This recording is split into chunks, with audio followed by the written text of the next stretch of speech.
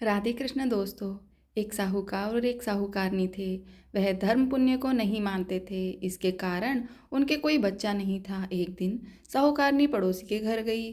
उस दिन सकट चौथ था। वहाँ पड़ोसन सकट चौथ की पूजा करके कहानी सुना रही थी।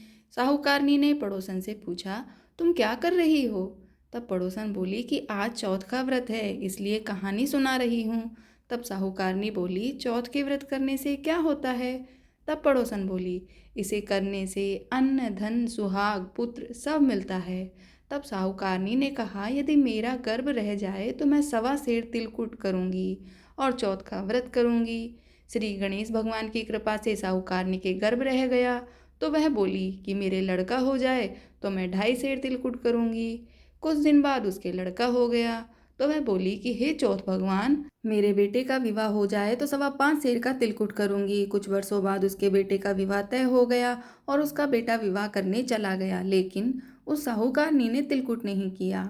इस कारण से चौथदेव क्रोधित हो गए और उन्होंने फेरों से उसके बेटे को उठाकर पीपल के पेड़ पर बिठा दिया। सभी वर को खोजने लगे पर वो नहीं मिला। हताश होकर सारे लोग अपने अपने घर को लौट गए। इधर जिस लड़की से साहूकारनी के लड़के का विवाह होने वाला था, वह अपनी सहेलियों के साथ गणगौर पूजने के लिए जंगल में दूब लेने गई। तभी रास्ते में पीपल के पेड़ से आवाज आई, ओ मेरी अर्धब्याही। यह बात सुनकर जब लड़की घर आई, उसके बाद वह धीरे धीरे सूख कर कांटा होने लगी। एक दिन लड़की की माँ ने कहा, मैं तुम्हें अच्छा खिलाती हूँ, अच्छा पहनाती हूँ, फिर भी तू सूखती जा रही है, ऐसा क्यों? तब लड़की अपनी माँ से बोली कि वह जब भी जंगल से दूब लेने जाती है तो पीपल के पेड़ से एक आदमी बोलता है, ओ मेरी अर्धब्याही। उसने मेहंदी लगा रखी है और सेहरा भी बांध रखा है।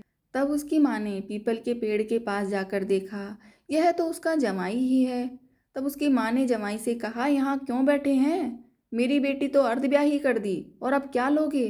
साहूकारनी का बेटा बोला, मेरी माँ ने चौथ का तिलकुट बोला था लेकिन नहीं किया, इसलिए चौथ माता ने नाराज होकर यहाँ बैठा दिया। यह सुनकर उस लड़की की माँ साहूकारनी के घर गई और उससे पूछा कि तुमने सकट चौथ का कुछ बोला है क्या?